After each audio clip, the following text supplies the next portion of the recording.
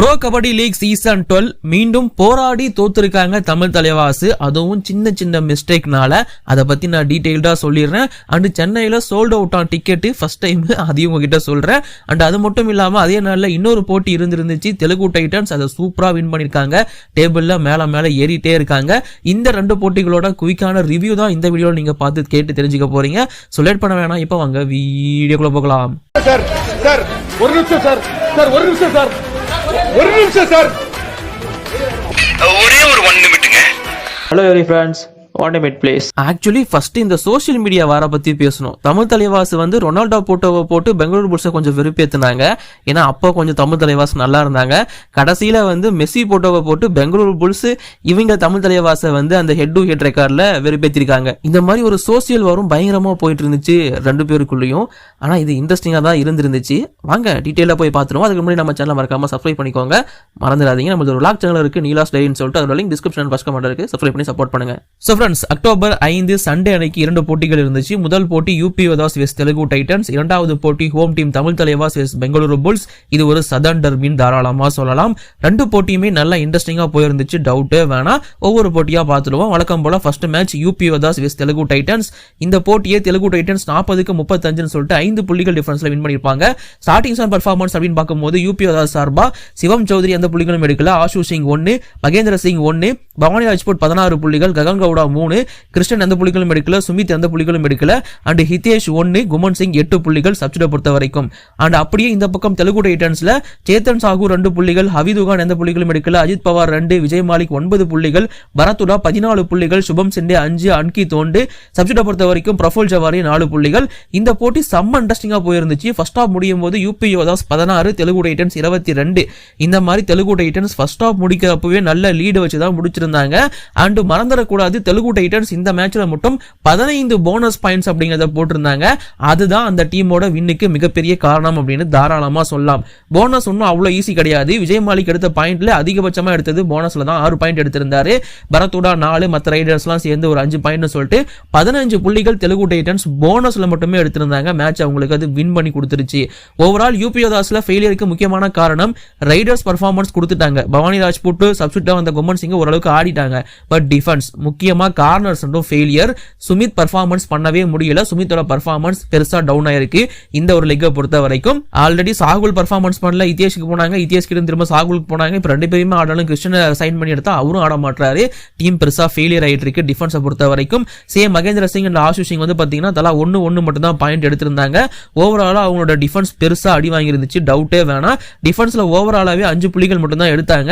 And அப்படியே Telugu Titans பக்கம் வந்தோம் அப்படின்னா சுபம் செண்டே அவர் மட்டுமே தனியா 5 புள்ளிகள் எடுத்தார். இங்க டீமாவே 5 தான், இங்க இவர் மட்டுமே 5. அதுவே ஒரு பெரிய டர்னிங் பாயிண்ட்.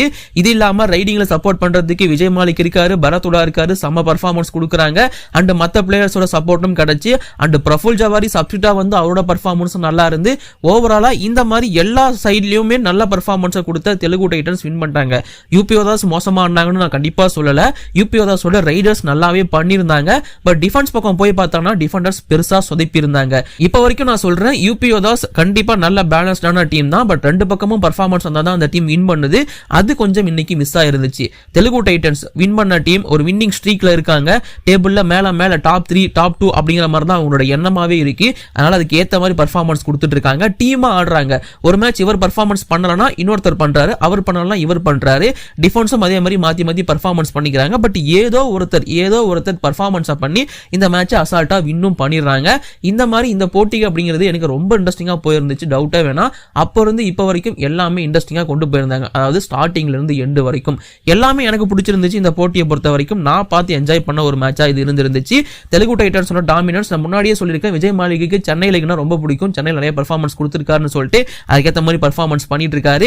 தெலுங்கு டைட்டன்ஸ் இந்த டைம் வந்து எனக்கு தெரிஞ்சு டாப் 4ல முடிக்கிறதுக்கான வாய்ப்பு இருக்குன்னு தோணுது. அது வந்து ஒரு அண்டர்ரேட்டட் டீமா தான் இருந்தாங்க. பட் இப்போ எனக்கு தோணுது.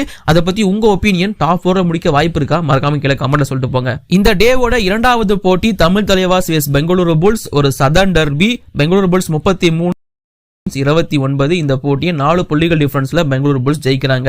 ஸ்டார்டிங் ஆன் பர்ஃபார்மன்ஸை சொல்லிடுறேன். பெங்களூரு புல்ஸ் சார்பா கணேஷ் 1, சஞ்சய் 5 புள்ளிகள்.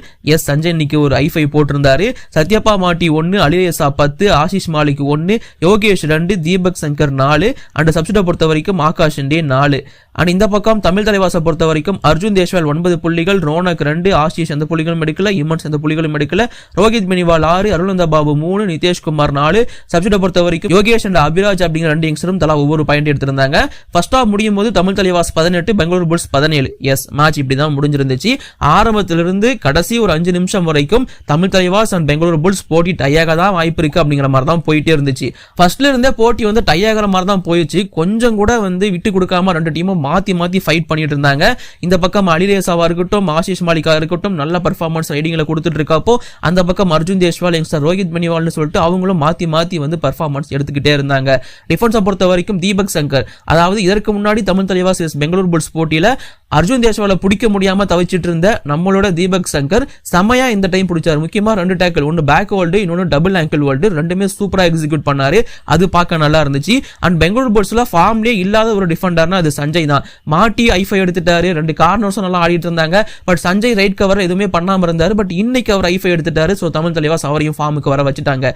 ஓவரால் பார்க்கும்போது எல்லாமே இன்னைக்கு தமிழ் தலைவாசுக்கு கொஞ்சம் ஆப்போசிட்டா போயிருச்சு கடைசி 5 நிமிஷத்துல. அர்ஜுன் தேஷ்வால் கிட்ட இந்த மிஸ்டேக் தொடர்ந்து இருந்துட்டே தான் இருக்கு. என்ன மிஸ்டேக் அப்படின்னு பாத்தீங்கன்னா, பாயிண்ட் எடுத்துட்டு இல்ல பாயிண்ட் எடுக்காம லாபில ஏறுற பிரச்சனை. அதனாலேயே அவர் நிறைய அவுட் ஆகுறாரு. சோ இன்னைக்குமே வந்து பாத்தீங்கன்னா ஒரு பிளேயர் அவுட் பண்ணிருப்பாரு. அவுட் பண்ணதுக்கு அப்புறமா இந்த பக்கம் வந்து லாபில காலை வச்சதுனால இவரும் அவுட்னு சொல்லிட்டு ஈச் பாயிண்ட் கொடுத்துருப்பாங்க. அங்க ஒரு டர்னிங் பாயிண்ட் நடந்துச்சு. கடைசியா பெங்களூரு புல்ஸ் வந்து ஒரு சூப்பர் டேக்கிள் ஆன்ல இருக்கிறப்போ அர்ஜுன் தேஷ்வால் ஆல்மோஸ்ட் போய் ட்ரை பண்ணிட்டு இருப்பாரு. அங்க அவர் அவுட் ஆகிறதே 2 பாயிண்ட் போயிடும். அந்த சமயத்துல நான் அர்ஜுன் தேஷ்வாலை என்கரேஜ் பண்ணியே ஆவன்னு சொல்லிட்டு அந்த இடத்துல போயிட்டு லாபி மேல காலை வச்சதுனால அவரும் அவுட்னு சொல்லிட்டு 3 பாயிண்ட் அந்த கடைசி நேரத்துல வந்து பெங்களூரு புல்ஸ் பக்கமா போச்சு. அங்கேயுமே பெரிய மைனஸ்ங்கிறது நடந்திருந்துச்சு. அண்ட் முக்கியமா சொல்ல வேண்டியது, இங்க வந்து பெங்களூரு புல்ஸோட டிஃபென்ஸ் கிட்ட இந்த பக்கம் ரைடர்ஸ் பெருசா பர்ஃபார்மன்ஸ் கொடுக்க முடியல. தமிழ் தலைவாசோட டிஃபெண்டர்ஸ்ல அருளந்த பாபு, நிதேஷை தவிர பெருசா யாராலையும் ஆட முடியல. இந்த மாதிரியான ஒரு சில பிரச்சனைகள் தமிழ் தலைவாசுக்கு இருக்கதான் செஞ்சது. ஒரு போட்டி ஜெயிச்சிட்டாங்கன்னு சொல்லிட்டு ஓஹோன்னு பாராட்டிட்டு இருந்தோம். பட் அடுத்த போட்டியை ஆப் வைக்கிற மாதிரி தான் நடந்திருக்கு.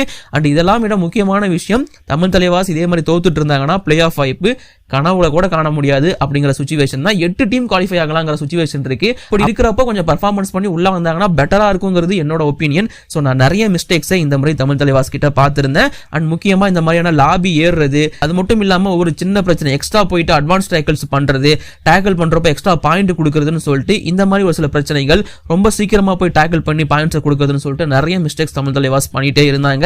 இப்போவும் நீங்க கேட்கிற ஒரு கேள்வி, சாகர் எங்கன்னா, பட் சாகர் வந்தாலும் இந்த பிரச்சனை அப்படியே தான் கண்டினியூ ஆகும். அதுக்கு அருளந்த பாபுவே கண்டினியூ பண்ணலாங்கிறது என்னோட ஒப்பீனியன். சாகர் அண்ட் நரேந்தர் அங்க டீம் கூட தான் இருக்காங்க, நல்லா தான் இருக்காங்க. தீரஜ் மயில்மரவும் நல்லா தான் இருக்காரு. ஏன் ஆன வைக்கலன்னு என்ன கேட்காதீங்க, எங்கிட்ட நீங்க கேட்டு ஒரு யூஸும் கிடையாது. எனக்கே ஏன்னு எனக்கு தெரியாது. அண்ட் இந்த போட்டியை தமிழ் தலைவாஸ் தோத்துட்டாங்க. பெங்களூரு புல்ஸ் கடைசி நேரத்தில் பிரஷர் ஹேண்டில் பண்ணி அந்த யங்ஸ்டர்ஸ் வந்து மேட்சை வின் பண்ணிட்டாங்க. அண்ட் இங்க முக்கியமா நான் சொல்ல வேண்டிய ஒரு விஷயம், இன்னைக்கு வந்து பாத்தீங்கன்னா சென்னையில வந்து அக்டோபர் 5 அன்னைக்கு நடந்த அந்த மேட்சஸுக்கான டிக்கெட் வந்து சோல்ட் அவுட் ஆயிருந்துச்சு. நிறைய பேர் எங்கிட்ட இன்ஸ்டாகிராம்ல வந்து டிக்கெட் வேணும்னு கேட்டிருந்தீங்க. பட் ஆக்சுவலி அது சோல்ட் அவுட். நிறைய ஆடியன்ஸ் போய் இந்த மேட்சை பார்க்க ஆசைப்பட்டிருந்தாங்க. ஏன்னா தமிழ் தலைவாஸ் முன்னாடி மேட்ச் வின் பண்ணதுனால. பட் இப்போ டிசப்பாயின்மெண்ட், இதுக்கப்புறம் திரும்பவும் டிக்கெட் வந்து கம்மியாகும், சோல்ட் அவுட் ஆகாது அப்படிங்கிற சிச்சுவேஷனுக்கு தள்ளப்படும். ஓவரால் தமிழ் தலைவாசை பத்தி உங்க ஒப்பீனியன் என்ன? நீங்க என்ன சேஞ்ச் பண்ணும்? இப்போ நீங்க ஒரு கோச்சா இருக்கீங்க, இல்ல உங்ககிட்ட ஃபேனா ஒரு ஒப்பீனியன் கேட்கறாங்க அப்படின்னா தமிழ் தலைவாஸ்ல நீங்க என்ன சேஞ்சை கொண்டு வருவீங்க அப்படிங்கிற உங்களோட ஒப்பீனியனை மறக்காம கீழே கமெண்ட்ல சொல்லுங்க. பட் இப்போதைக்கு நான் அந்த வீடியோ முடிச்சு லைக் பண்ணுங்க, ஷேர் பண்ணுங்க. என்னோட குற்றம் குறைகள் எதுவாக இருந்தாலும் கீழே கமெண்ட்ல சொல்லுங்க. தேங்க்யூ.